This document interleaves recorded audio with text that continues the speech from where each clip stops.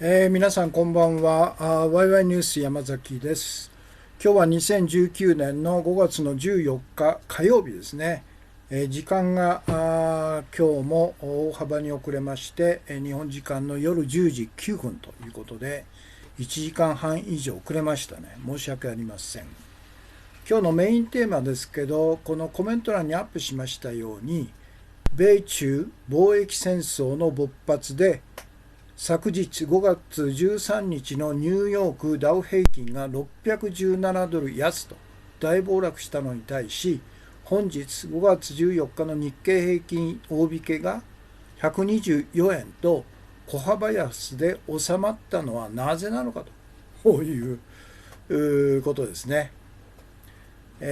その理由を見ればですね、恐ろしい事態が日本で、起こっているということ、国民はほとんどの国民は知らない、まさに、戦前の大本営発表によって、戦争に勝ったという大嘘をついてですね、全国民を侵略戦争に動員したのと全く同じような事態が今進んでいるということなんですね。ということで今日の火曜日の放送を始めたいと思います。そっか、通算でですね、ワイワイニュースライブ今日の放送で2777と777ということですね。ということで、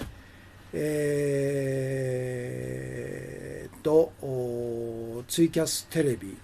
のメディアで、正面から一元放送ですね、音声も映像も今のところ順調に配信されているということですね。今日のお知らせですけど、明日の水曜日、5月の15日の放送は、語学研修のためお休みさせていただくということですね。から今日の画像ですけど、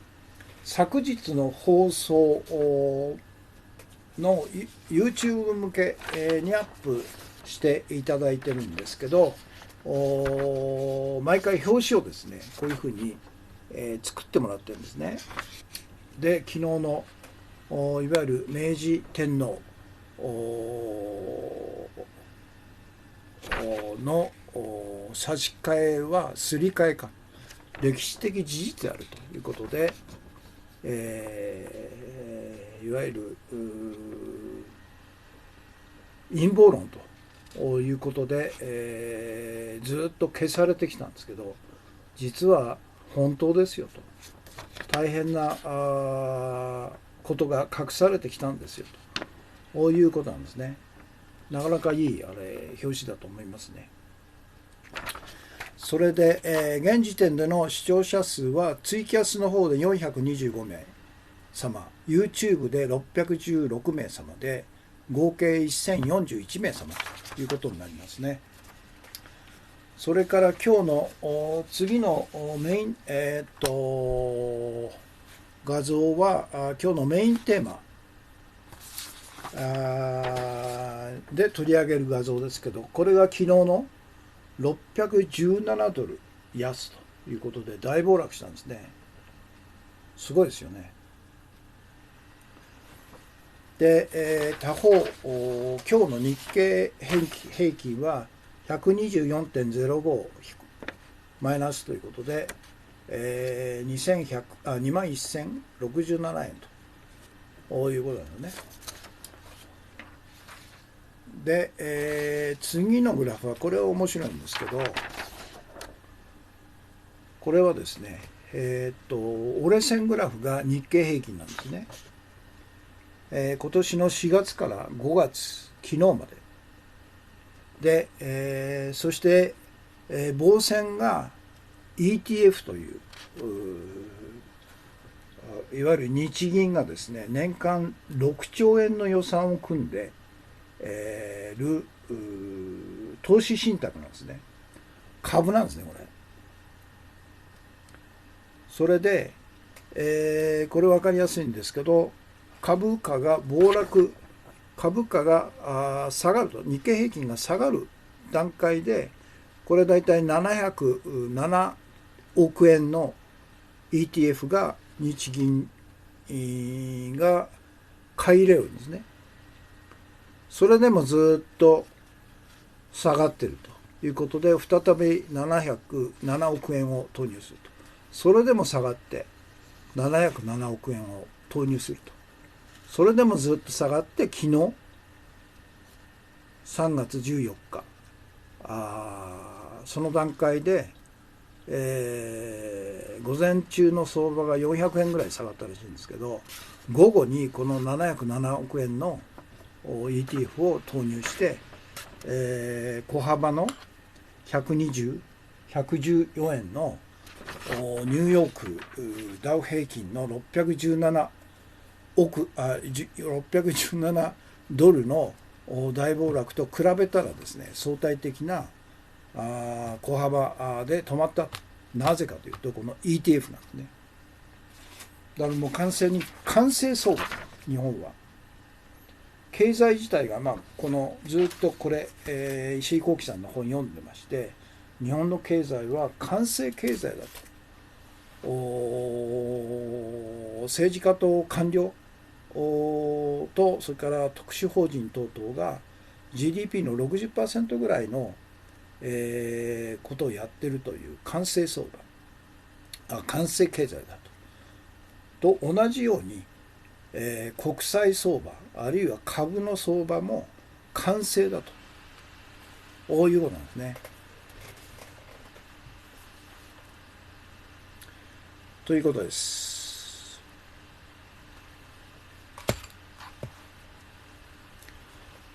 砂月金さん、金子勝経大教授が階段から転落して大怪我、入院中との情報、政府に不都合な、すごいね、これ、偶然かと思うし、危ないですね。からキララカットさんがコンティニューコイン2枚ですね。のこのこさんがお茶爆10ですね。彩色ヒーローさんコンティニューコインから砂ずきんさんコンティニューコイン2枚と今日のメインテーマですね、リツイートしてくれましたね。初耳さんいつもありがとうございます。コンティニューコインが12346枚ですね。配信ありがとうございます。必見ですということで、今日のメインテーマをリツイートしてくれました。から K さんがコンティニューコインですね。彩色ヒーローさんこんばんは、よろしくお願いしますと。それからこの放送の前に砂ずきんさん、大企業支配政府下において企業検閲は国家検閲だと、マスコミに載らない絵画記事と、そういうことなんですね。だからいわゆる、Facebook が内容に関して検閲するというのは国、憲法の規定で検閲の禁止とか表現の自由とか等々の規定があるんで、政府はやりにくいということで民間企業にやらせると。しかも国境をまたいだですね、世界規模の企業にやらせれば国境とかあるいは言語の違いとか等々の障害を簡単に乗り越えられるんですね。だから Facebook っていうのは各国政府がやろうとしてできないことを平気でやってると、こういうとんでもない、検閲機関だということでしょうね。ということで、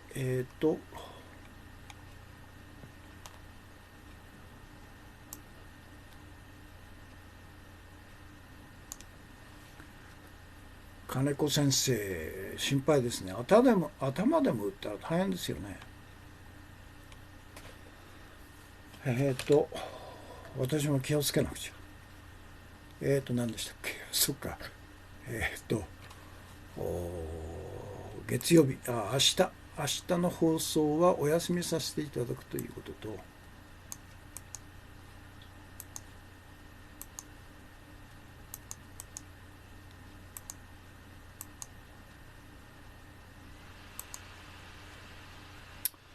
それから画像ですね。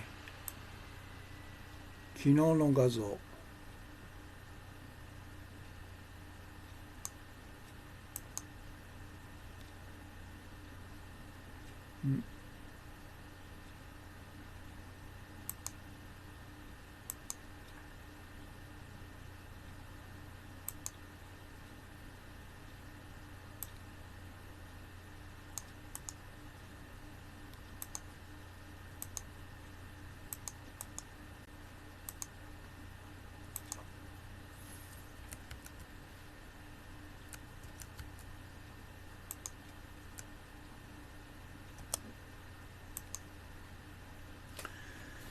ということですね。それからグラフの1と2ということと、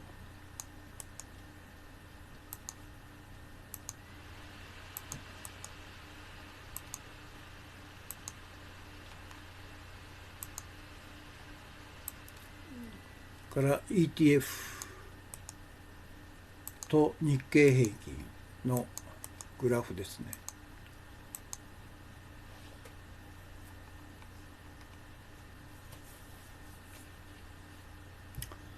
そして、次に今日の映像ですけど、これは昨日ですね、山本太郎氏が明大前の駅前で街頭演説だというのが YouTube 映像で見られますんで、これを今日は取り上げたということですね。YouTube 映像。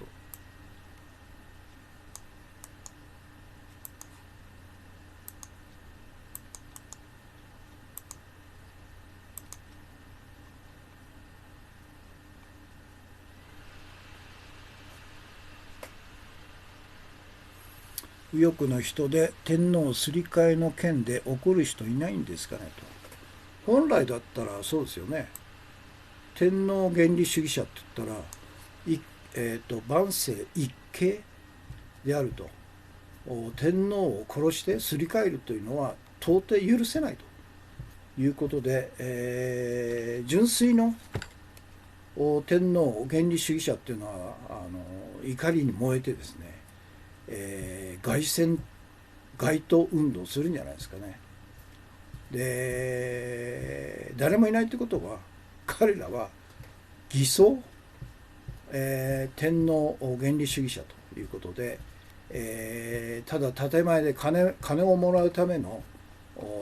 口実として、天皇制擁護を言ってるだけということのがバレバレになるということでしょうね。本来だったら彼らは独自で、田臥、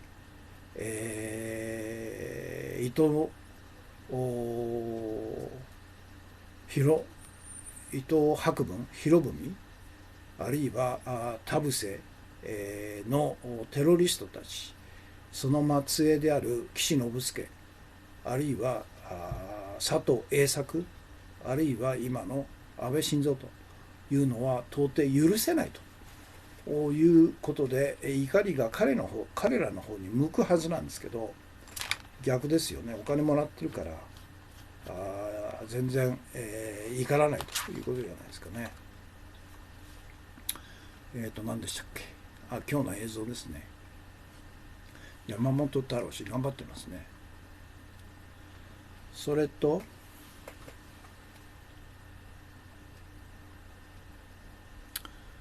砂月さん、岡木屋さんも一水館もその知識がないのでしょうということですかね。一水会なんか鈴木邦夫さんなんかおそらく知ってるんじゃないですかね。でも言わないんですね。ということですね。次に今日の推薦映画ですけど、これは現在上映してますけど、 RBG 最強の85歳ということで、この RBG っていうのはルース・ベイダー・キンズバーグというアメリカの連邦最高裁の女性判事なんですね。85歳なんですね。彼女のドキュメンタリー映画がこの RBG 最強の85歳ということで、新宿のシネマ借りて、で今やってるんですね。これまだ見てないんですけど非常に面白そうですね。これが今日の推薦映画と。そして同じ、RBG を主人公にしたいわゆる劇ですね。映画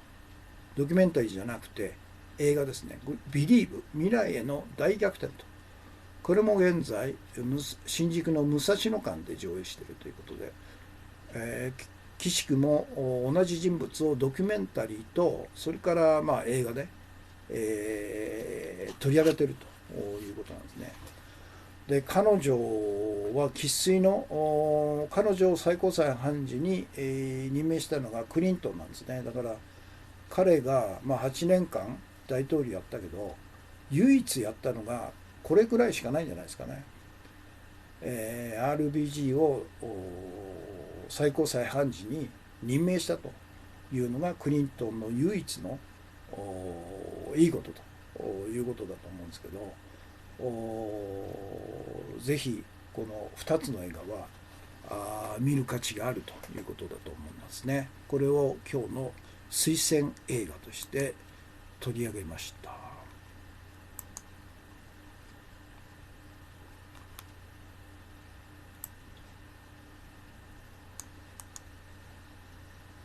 シネマカリテって武蔵野館のすぐ近くなんですね。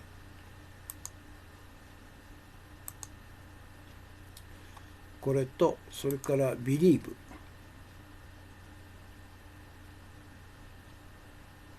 未来への大逆転ということですね。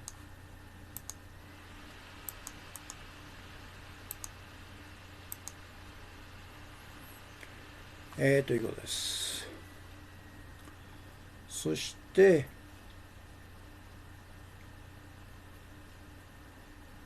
今日の一言として、令和新選組代表山本太郎氏の言葉ということで、日本を守るとはあなたを守ることから始まると。あなたを守るとはあなたが明日の生活を心配せず、人間の尊厳を失わず胸を張って人生を歩めるよう全力を尽くす政治の上に成り立つんだと。あなたに降りかかる不条理に対して全力でその最善に立ち、何度でもやり直せる社会を構築するためにという、これが山本太郎氏のいわゆる心情だと思いますね。それと今日の一言として令和新選組が8つの緊急政策っていうのを掲げてるんですね。1が消費税廃止、2が全国一律最低賃金1500円、政府が保障と、3奨学金の特例でチャラにすると、4公務員を増やしますと。これは私はまず公務員を増やす前に公務員の特権利権を廃止してから増やすということを条件つけたいですね。日本の公務員の平均給与っていうのは一般国民の平均給与の 1.7 倍なんですね。あるいは年金にしても退職金にしてもあるいは労働時間にしても特権的な優遇処置がされているということで、まずそれを廃止すると。公務員の特権利権を廃止してその上で公務員を増やすということだと思いますね。むやみに今の条件の中で公務員を増やすということは利権特権がそのまま温存されるということですよね。で特に日本の政治家なんていうのは世界最高の年間の報酬をもらってるんですね。おそらく4200、300万になってるんですね。大手マスコミが日本の国会議員の年間報酬を2300万ぐらいにしてますけど、全くそれは嘘で、実際は月100万円、年間1200万円のいわゆる、交通通信費と非課税で、領収書いらないという、もう完全に報酬ですよね。それが1200万円上乗せされると。だから2300万円プラス1200万、3500万。それに、政党助成金から各国会議員に、分配される、特に、自民党なんかは年間170億円の政党助成金が現金として入ってくるというとんでもないあれなんですね。ですからおそらく自民党の国会議員などは1人当たり1000万、年間1000万ぐらいの政党助成金が支給されるということで、3500万の1000万で4500万ということで、だから政治家の、報酬っていうのは、一般国民の年金平均年収と同じにすべきなんですよ。それプラス政治家に必要な活動費、上限を決めて年間1000万とか等々にすべきなんですね。から5番目、一次産業個別所得保障、いいですよね。6番目、とんでも法一括見直し廃止、いいですね。7番目、辺野古新基地建設中止と。8番目、原発即時禁止と。被爆させないと。こういうことですね。ですから今日の一言は山本太郎氏の、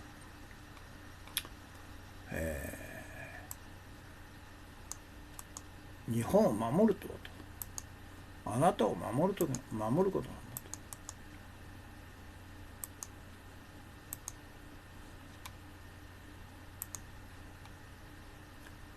と。あなたを守るということは明日の生活を心配する必要ないと。人間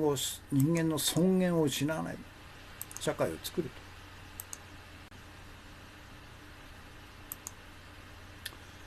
と。からあなたに降りかかる不条理に対して全力でその前線に立ちますよ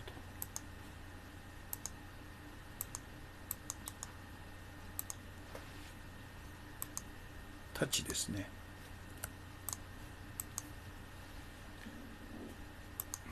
そして何度でもやり直せる社会を構築するためということですね。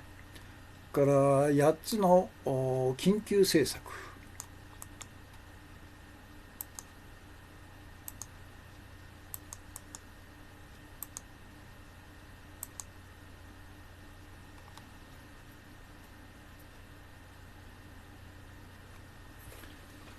政治家の菜食ヒーローさん、報酬を安くするというの同じ。そしたら今日本の国会議員の報酬が世界一高いんですね。最低でも3500万から4500万プラス政権野党の自民党とか公明党の国会議員というのは裏金が当然流れるということなんですけど、それじゃあ彼らが優秀なんですかと。世界一の高給を保障されている日本の国会議員は皆さん優秀なんですか。関係ないんですよ。高い報酬をやれば優秀な人間が集まってくるって違うんですよね。要するにその政治家だったら政治家の仕事に対してどれほど忠実に、本来の政治家としての職務業務をやる意欲と能力があるかということなんですよね。だから報酬が高ければ優秀な人間が来て、報酬が安ければ優秀な人間が来ないというのは俗説でしょうね。石森さん、コンティニューコイン配信ありがとうございます。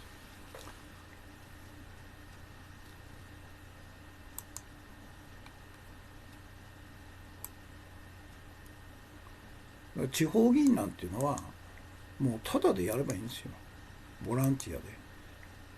でやる気のある方が。から5番目が一次産業個別保障、とんでも法一括見直し廃止、辺野古新基地、これ辺野古新基地がちょっと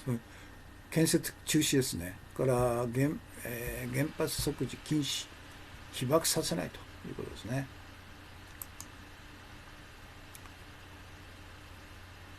で今日の一言ですね。これは今日の注目情報の中で取り上げた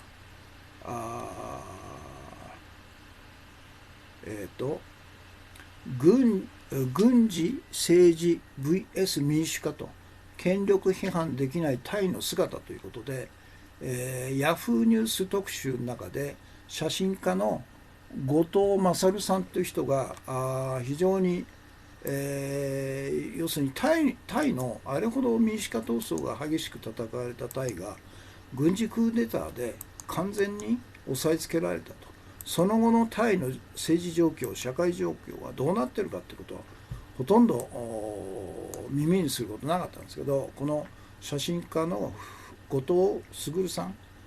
この記事は非常に細部にわたってですね、現在のタイの国、政治、社会、経済が抱えている問題を詳しく報じてるんですね。ぜひ非常に長い文章ですけど、この URL クリックしていただいて読んでもらいたいということなんですね。それでその重要な部分を今日の一言の中で私は取り上げたんですね。で、いくつかな、この記事の中に出てくるポイントですね。1、2、3、4、5、6、7、8つぐらいですね。8つのポイント。最初のポイント、一見して今のタイはとても平和的に見えますと。しかし実際には軍事クーデター後に、樹立された国家平和秩序評議会、NCPO によって、厳しい統制が敷かれ、自由な発言や行為は規制されていると。これはナルエモン准教授という大学の先生ですね。から2つ目、人々はいつ逮捕されるかわからないという恐怖感を常に感じていると。友人との会話や大学の授業、インターネット上も常に見張られていると。目に見えない圧力がかかり、大学が主催する会議も政治的なテーマは一切禁止と。この状態はピースフル、平和的ではなくサイレンス、沈黙なんですと。同じナルエモン准教授の言葉ですね。から3番目、金融機関クレディ・スイスの2018年調査によると、タイでは人口の 1% が 66.9% の富を保有していると。ロシアやインドネシアを抑えてタイを世界で最も不平等な国と位置づけているということで、貧富の差が極端なんですね。から4つ目、軍事クーデターから5年と軍事政権は全ての政党活動を禁止するなどの今回の総選挙に向け着々と準備を重ねていたと。軍事クーデターで、何度倒しても選挙になるとタクシン派にいつも負けてしまうと。だから選挙で勝つシステムを作ることこそが軍事政権の狙いだったということで、今回まんまと成功したんですね。例えば2016年には軍事政権が新しい憲法草案の賛否を問う国民投票を実施している。草案は下院議員500人は選挙で選出する一方、上院250名については軍が選ぶといった内容と。軍事政権に有利な草案であると。その上で選挙制度を変更し、タクシン派の過半数獲得が難しくなるようにしたということで、今回の選挙がまさにそうなんですね。だから日本に似てるんですよ。安倍が憲法改正という名のもとの現在の憲法を亡き者にして戦前の大日本帝国憲法に差し替えるということをもう先取りしてるんですね、タイはね。から6つ、タイには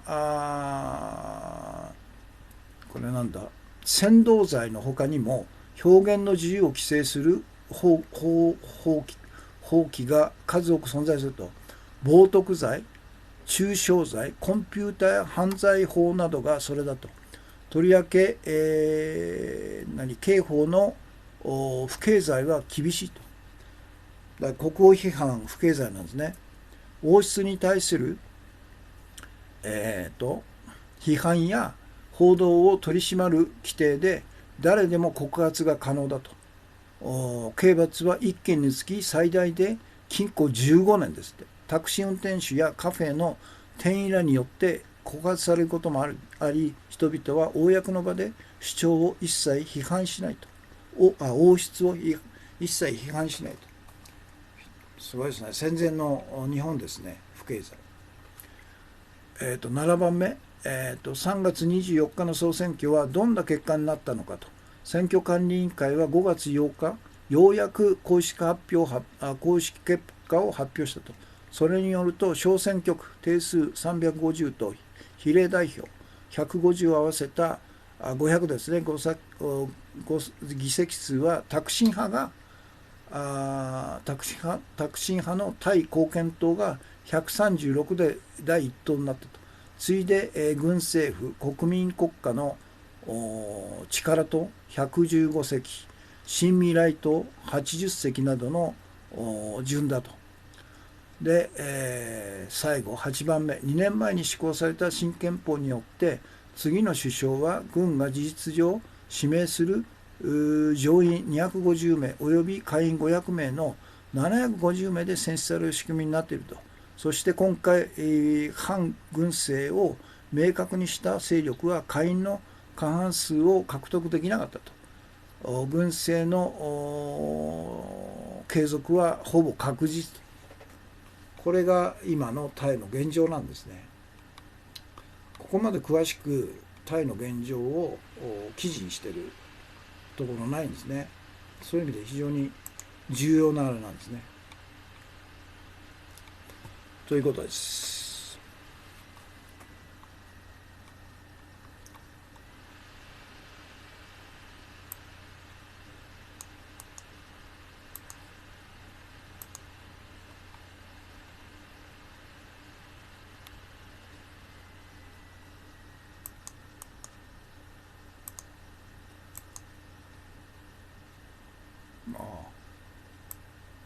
マイナス13。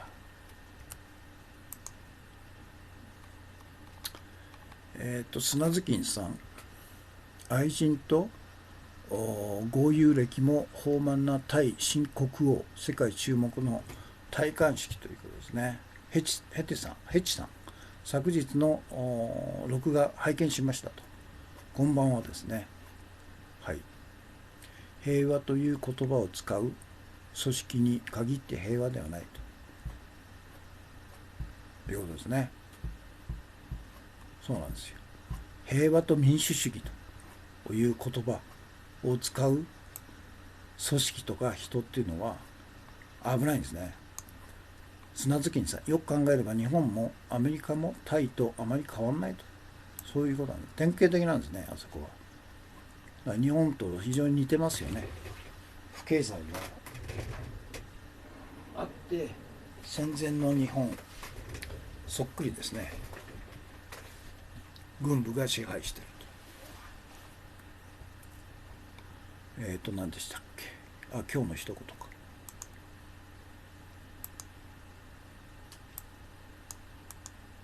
一見して平和だと。アフターマッチさん、お茶ですね。でもいわゆるピースじゃなくてサイレンスだと。騙されてると。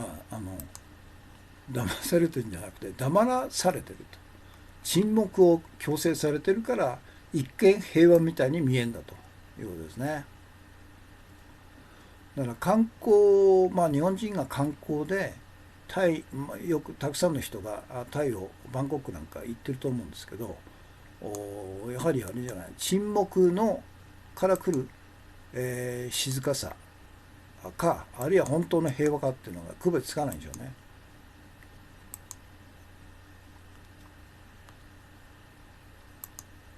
監視社会、いつ逮捕されるかみんな怯えてると。だから政治的なテーマは一切禁止と。戦前と同じですね。特攻が全て国民の一挙一投足を監視してると。からクレディ・スイスの調査によると 1% の国民が 66.9% の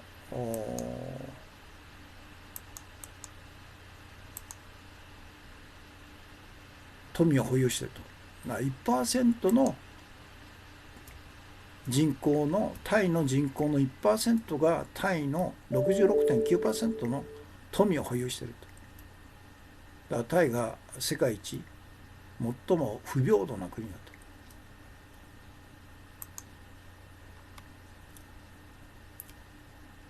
軍事クーデター5年だから軍事クーデターで何回政権を倒しても選挙になるとタクシン派がいつも勝って、軍政府は負けてたということを反省して彼らはタクシン派に選挙で勝つにはどうしたらいいかという策謀をですねずっと狙ってたと策謀を練ってたということですね。命令による沈黙のまさにそうですよ令和ですよ。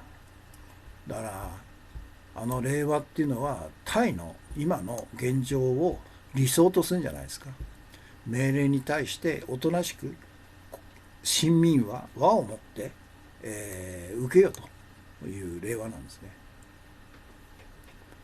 この間カンボジアに行ってきましたが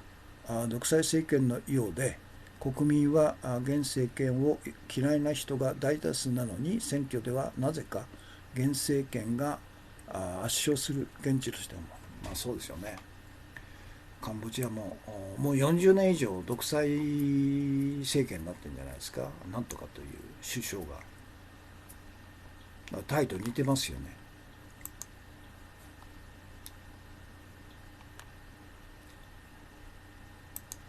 だから選挙で勝つシステムを作ることこそが軍事政権側の狙いだったということで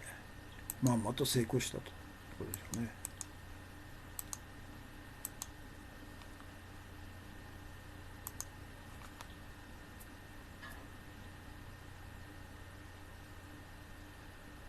選挙制度を変えちゃったんですね。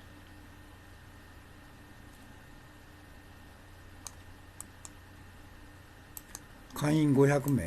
ですけど上院250名は軍政府が指名するというとんでもインチキですよねこんなのね。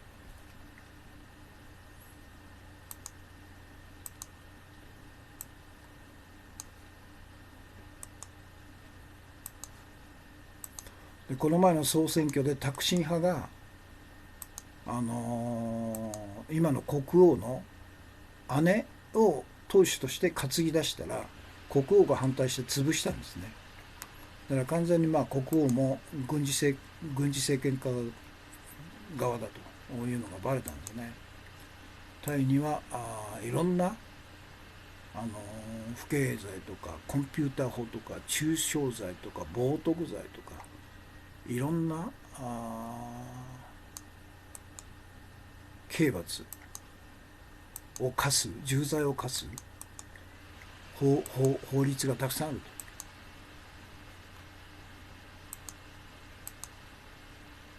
と。だから王室に対しては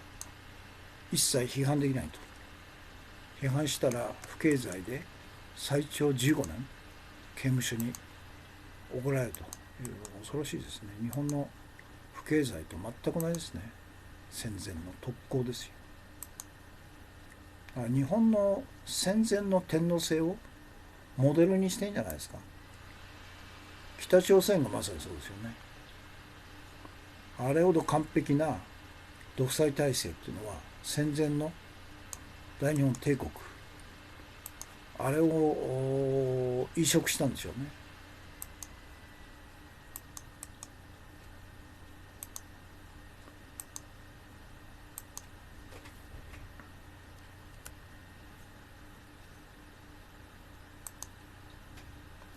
タクシン派が第一党だけど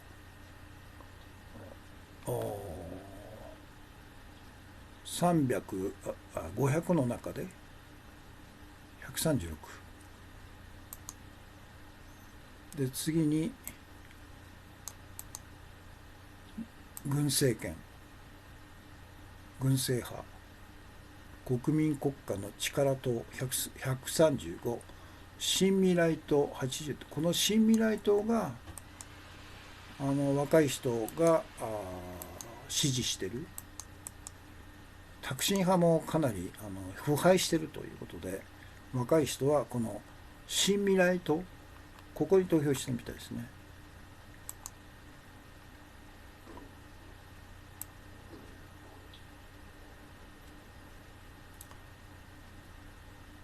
首相は事実上軍政側が決めるという、そういう選挙法を改悪しちゃったんですね。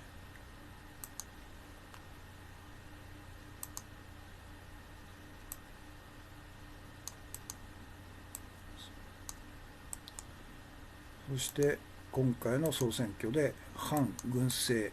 勢力は過半数取れなかったから、軍政は続くということですよね。なかなか素晴らしい記事ですよ、こ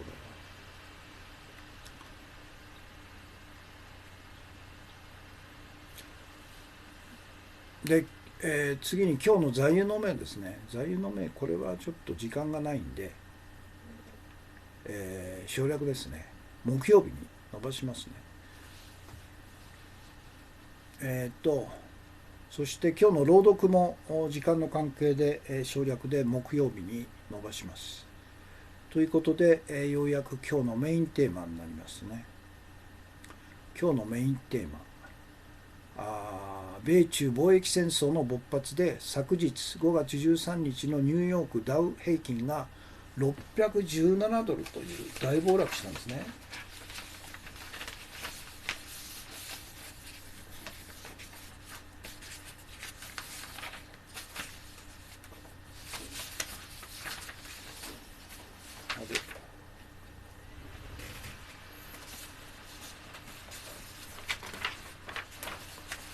これか。こういうふうに大暴落したんですね。でも今日の日経平均はマイナス124で小幅の下落にとどまったと。それはなぜなのかと。普通だったらニューヨークダウが600ドル以上下げれば日経平均も400円とか500円下げるんですね。でも124円で止まっちゃったのはなぜかという素朴な疑問なんですね。なぜかというと、日銀が株価暴落阻止のために年6兆円の枠を持つ ETF ってなんですね。指数連動型上場投資信託、要するに信託株ですよね。株を市場から買ったと。707億円を投入して買ったと。で暴落を阻止したと。午前中はマイナス400円ぐらいになったらしいんですけど、午後日銀の介入があって、下げが止まったということなんですね。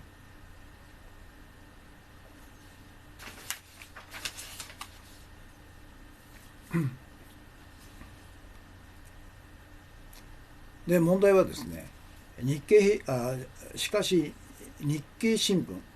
は日銀が直接 ETF を買って日本株を買い支えている事実を隠すために、個人投資家が相場を支えたという全くの嘘の説明を記事の中でしているという許し難いことをしてるんですね。これは今日付の日経新聞、タイトルが日経平均大引け7日連続続落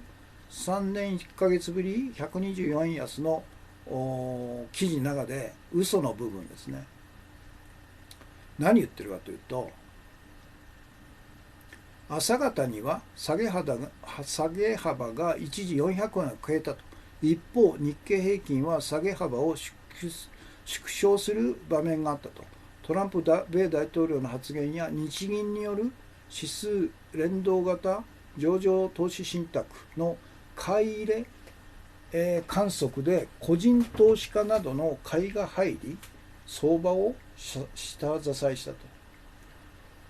これが意味わかんないですね。この ETF が日銀が ETF の買い入れをするという観測があったから個人投資家が買いを入れたという説明をしてるんですね。これとそれから現実に707億円の ETF を市場に投入したという事実と違いますよね。だからこれが日経なんですね。危ないんですね。要するに ETF、日銀が直接 ETF を投入して市場を支えたっていうことを隠すんですね。隠すために、日銀が ETF をで買いを入れるという観測が広まったから個人投資家が買い支えたということじゃないんですよ。個人投資家じゃなくて日銀が買ったんですよね。何なんだろうねこれは。こういう記事を公然と出す日本経済新聞って一体何なのかということですね。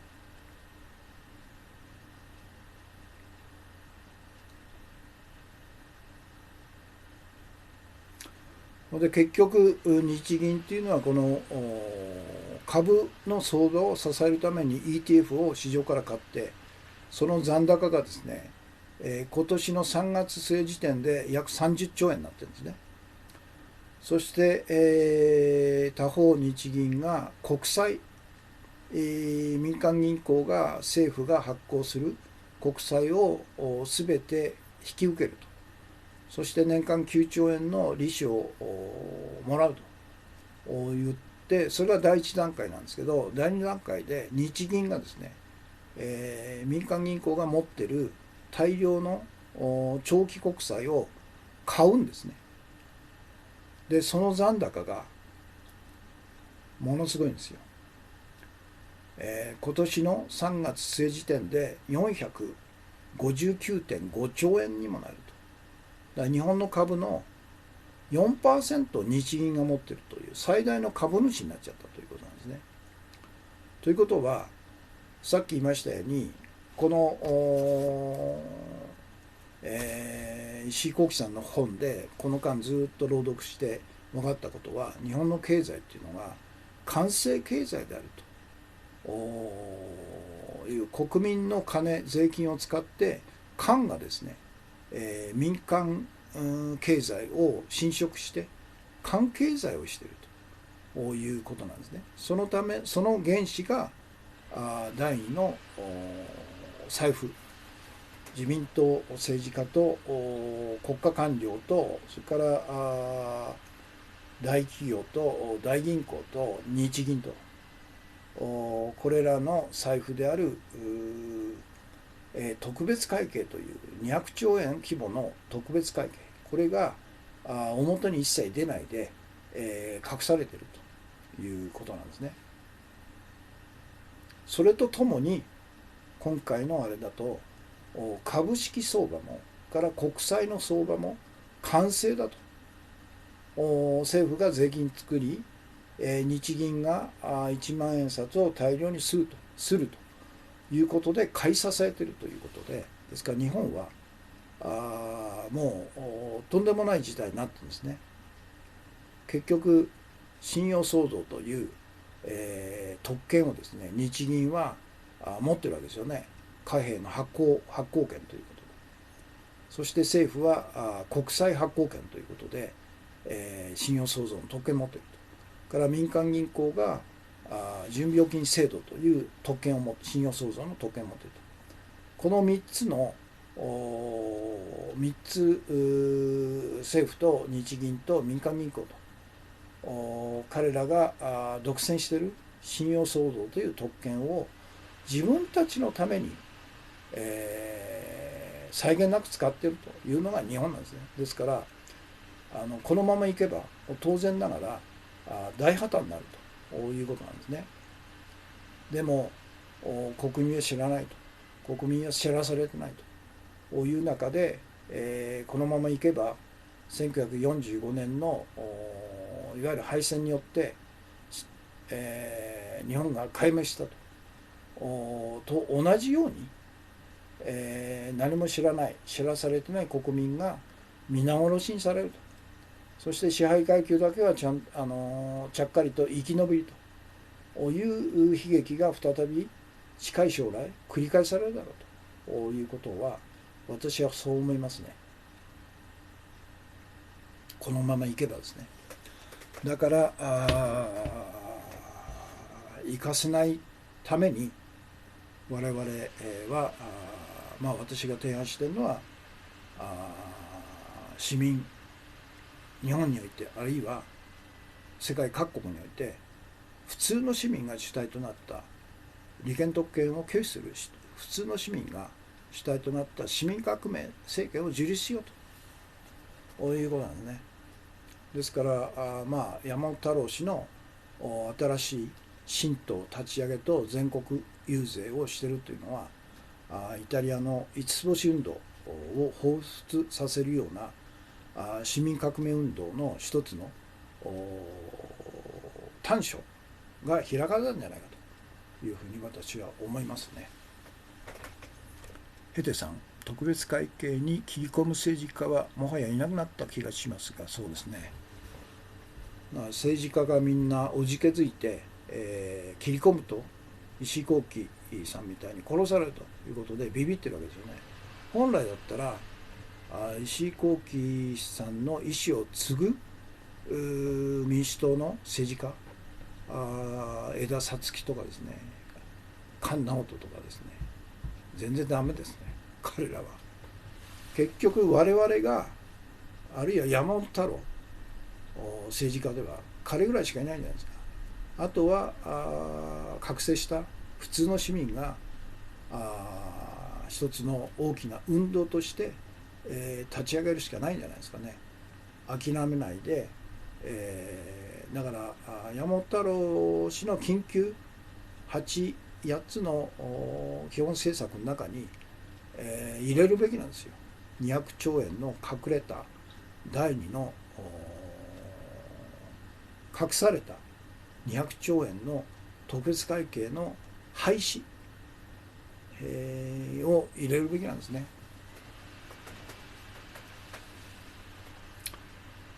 ということで、記事として日経新聞が2つか3つか、この経済金融に関しては日経が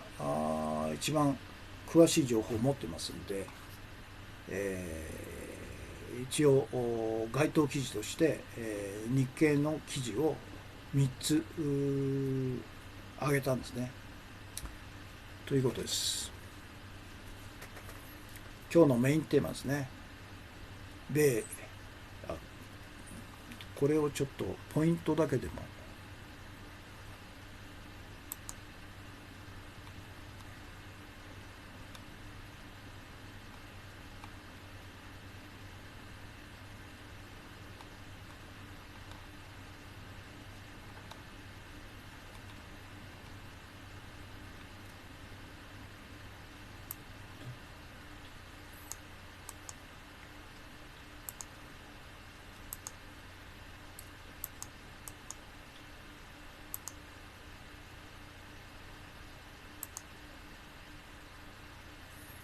そうですよ。菜食肥料さん、供託金が高すぎる。この供託金を高くしたのは法律を作ったんですね。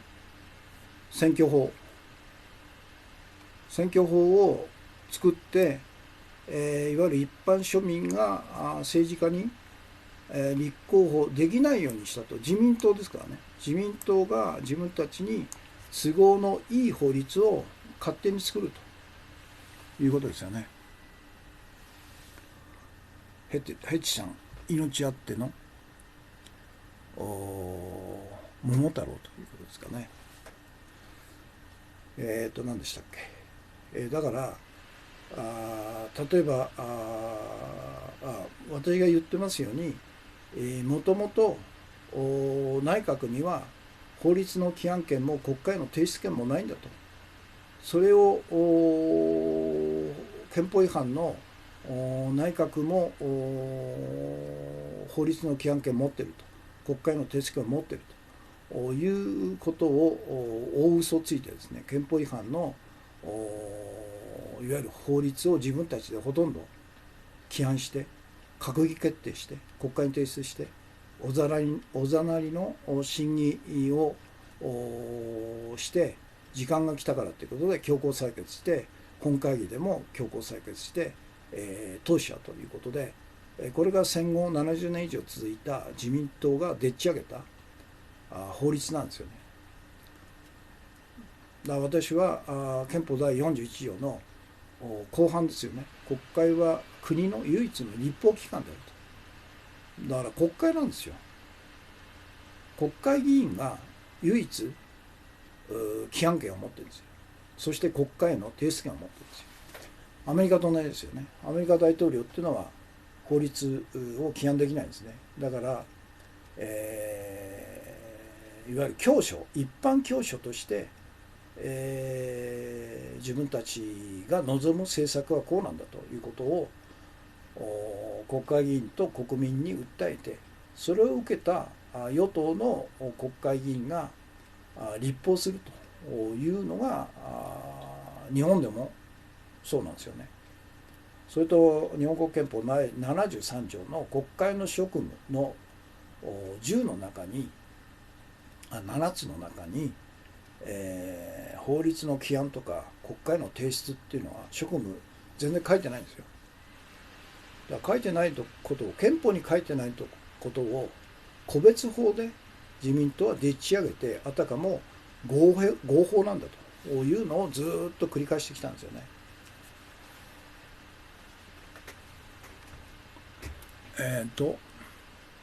街頭で質問されて太郎ちゃんはこう答えてましたと。基盤を作ってからさせてもらえないかと。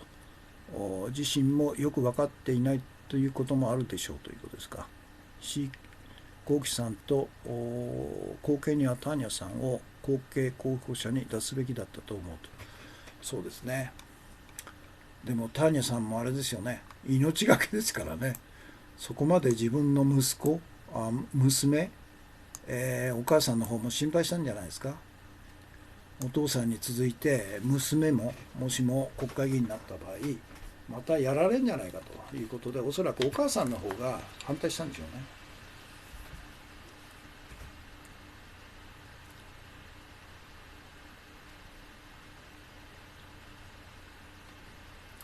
うね。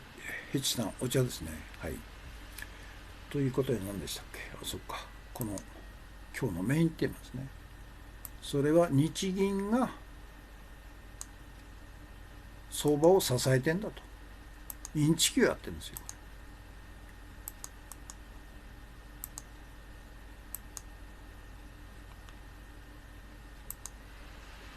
でグラフの1と2、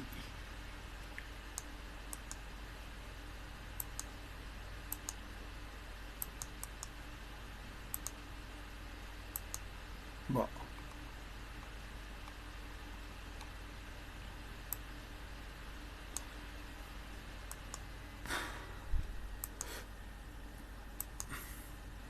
これ1ですね。で2がこの2っていうのが面白いですよ。日経平均、株価 AI 予測というサイトがあるんですね。ここに、今日日銀が ETF をいくら投入したかって707億円って書いてあるんですね。すごい早いですよ。でしかし日経新聞は日銀が ETF を買って日本株を買い支えている事実を隠すために一般個人投資家が買い支えたんだという嘘を言ってるんですね。日銀だろうと買い支えたのはと。砂月さん、金子勝さんといい、昔の植草さんといい、何でもありの物騒な世の中ということですね。本当そうですね。で日本経済新聞どういうふうに日経は説明しているかということですね。個人投資家が買い支えたっていう嘘だろと。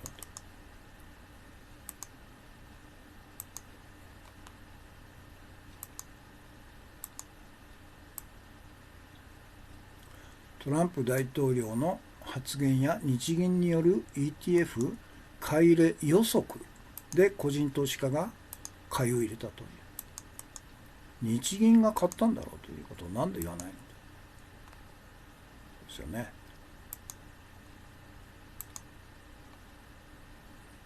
日銀が日銀はこのように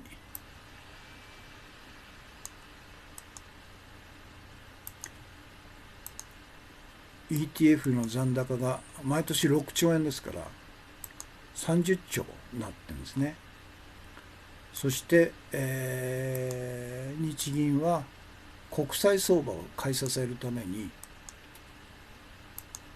民間銀行が持っている長期国債を買い入れてるんですね。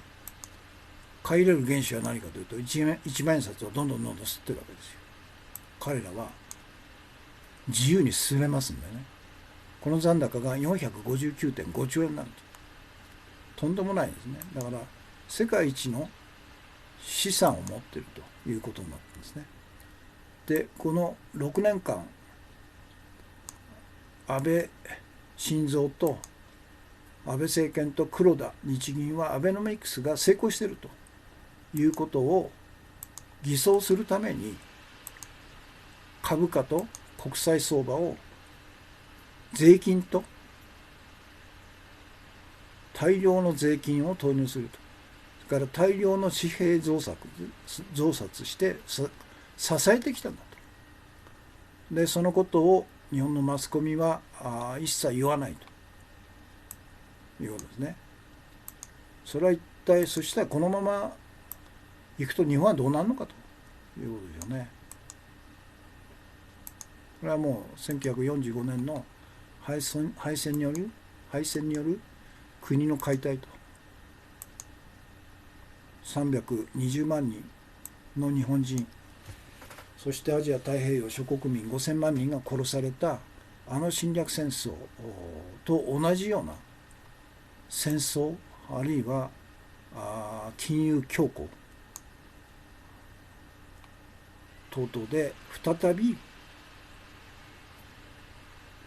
一般庶民が殺され支配階級だけ生き延びるという悲劇が繰り返されるだろうと私は思いますよね。このままいけばね。というのが今日のメインテーマでした。現在1時間63分28秒ですね。47分120名様、47名様、120名様でコメントが86件ですね。はい。そして今日のそっかで該当記事ですね。日経の該当記事を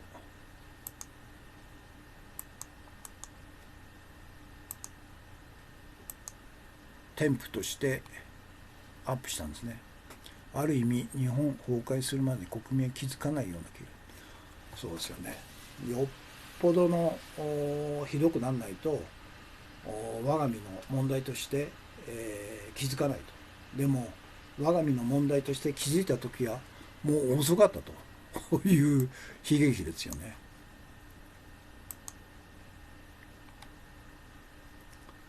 それから該当記事日経、これドル安617ドル大暴落したと。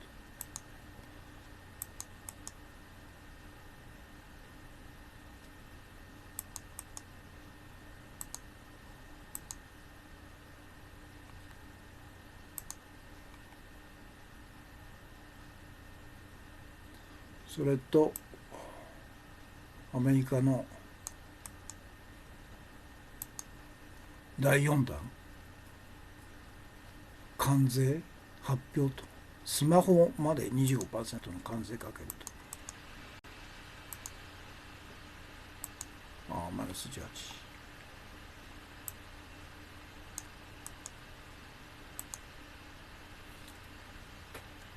それに対して、中国も 25% 関税、報復関税をかけるという関税戦争、米中関税戦争、貿易戦争が勃発しちゃったんですね。これはもうあれですよ、トランプですよ。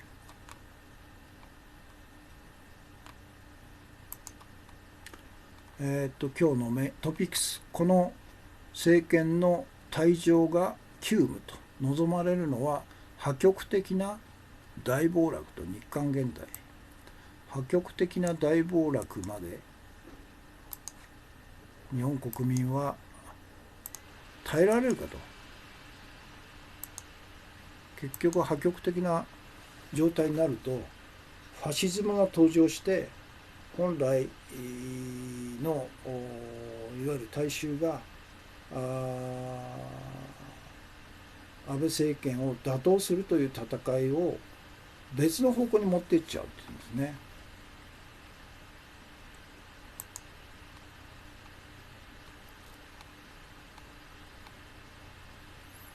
から福島への復帰帰還国連が見合わせ要請日本政府は反論ということで、これちょっと古いんですね。去年の10月26日こういう勧告を国連が安倍政権にしてたっていうのは知らなかったですね。でこの国連の勧告に一切耳を傾けず、東京五輪のためにですね、何の悪影響もないというのを偽装するために無理やり被爆させて、帰還させるということを強行しているというのが今の安倍政権ですよね。だからとんでもない政権がもう7年も日本のトップにいるということですよね。でモンサントに約2200億円の賠償命令ということでモンサント軒並み裁判で負けてるんですね。これからも負けるでしょうということですね。で今日の重要情報、安倍官邸が74億円もの官房機密費使用の異常と、領収書なしの使途不明金は安倍応援団の手にもということでばらまいてるんですよね。毎年12億円の官房機密費、これ領収書一切いらないというとんでもないの、こんなの廃止すべきですよ。オリンピックに対しても国連から勧告出るかというヘチさん。なるほどね。いや本来だったらそうですよね。出なくちゃおかしいですよね。東京オリンピックは開催するには非常に危険だと、被爆する恐れがあるということですよね。3000万が被爆しているということなんで、先進国で唯一日本だけががんの発症率が高くなったんですね。それは一体何かというと、これはもう2011年3月15日ですね。14日に、福島第一原発の第3号炉が核爆発したということで、核爆発をして、飛散した放射性物質が北風に乗って、東京方面に流れてきたということで、3月15日2011年の3月15日に小出先生が東京で、測定したんですね。放射性物質空気線量。そしたら1986年のチェルノブイリ爆発の時に東京に飛んできた放射の空気線量の1000倍の濃度があったと。それを3000万人の地域の人たちが被爆していると。そのためにその影響で今異常なほどの倍率で白血病とかあるいは各種のがんですよね。一番ひどいのが喉頭がんですよね。28.9 倍。それから白血病ですね。が 10.8 倍。これは南相馬の総合病院から出た情報ですけど、だからそれは単に福島だけの問題じゃなくて、東日本全体の住民のがん発症率が異常に高くなっているということ、このことが付されているとマスコミは言わないということでしょうね。だから日本は本当完全に真実が隠され隠蔽され、結局そのことによって大悲劇になっても誰も責任取らないという無責任国家になっているということですよね。モフネコ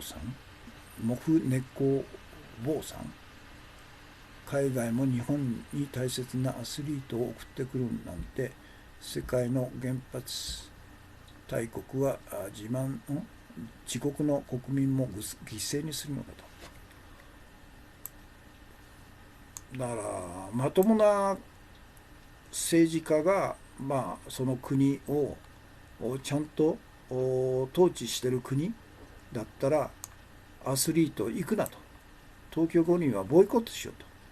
健康を守るために、アスリートの健康を守るために東京五輪は辞退するという国が必ず出てくるでしょうね。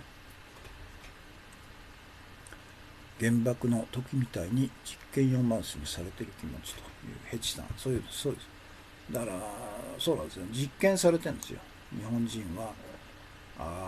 このぐらいの空間線量でどのように発症するのかというのを科学的なデータを取ってるんでしょうね、彼らは。バイエルの株も過去5年のピーク時から3分の1になった。だからバイエルってのは本当バカだよね。あんなとんでもない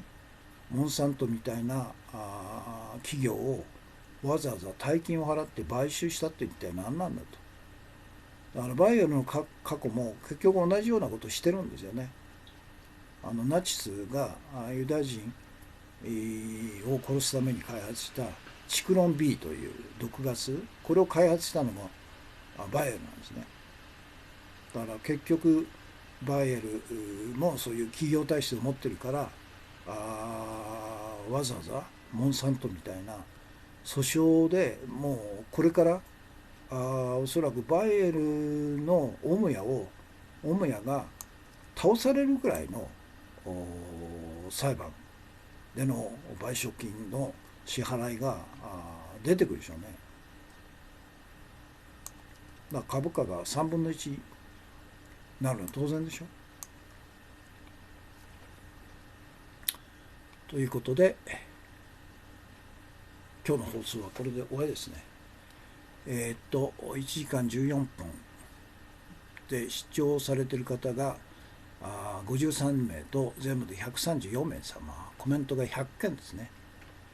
そしてたくさんのコメントとたくさんのコンティニューコインとたくさんのギフトですね、いただいてありがとうございました。ということで今日火曜日、もう23時23分ですか。そうですよね、夜の11時半近くなりましたね。ということでお疲れ様でした。鳩山元首相、欧米で東京五輪を放射能オリンピックと命名と指摘と。すみません、そうですね、そうですよ。だからみんなボイコットしましょうというキャンペーンを張りましょうよ。コメント80ですと、お疲れ様でしたということでありがとうございました。明日はそういうことでお休みなんで木曜日ですね、よろしければまた合流してくださいということで今日の放送これで終わります。山崎さんに勉強会開いてもらいたい場合どうするんだ。ですから勉強会を開催したいということであればぜひ声をかけていただいて、4、5名、ぐらい集まっていただければ私は参加しますので、ぜひ、勉強会で直接ですね、双方向で、いろんな案件を勉強したいということであればお声をかけていただいて、いわゆる草の根勉強会ですね、できるだけ、時間を作って、私自身参加したいと思いますので、ぜひ組織化してくださいと前からずっと思ってたんですけど、いいことだと思いますね。ということです。ヘチさんお疲れ様でしたということで、お疲れ様でした。また木曜です。おやすみなさい。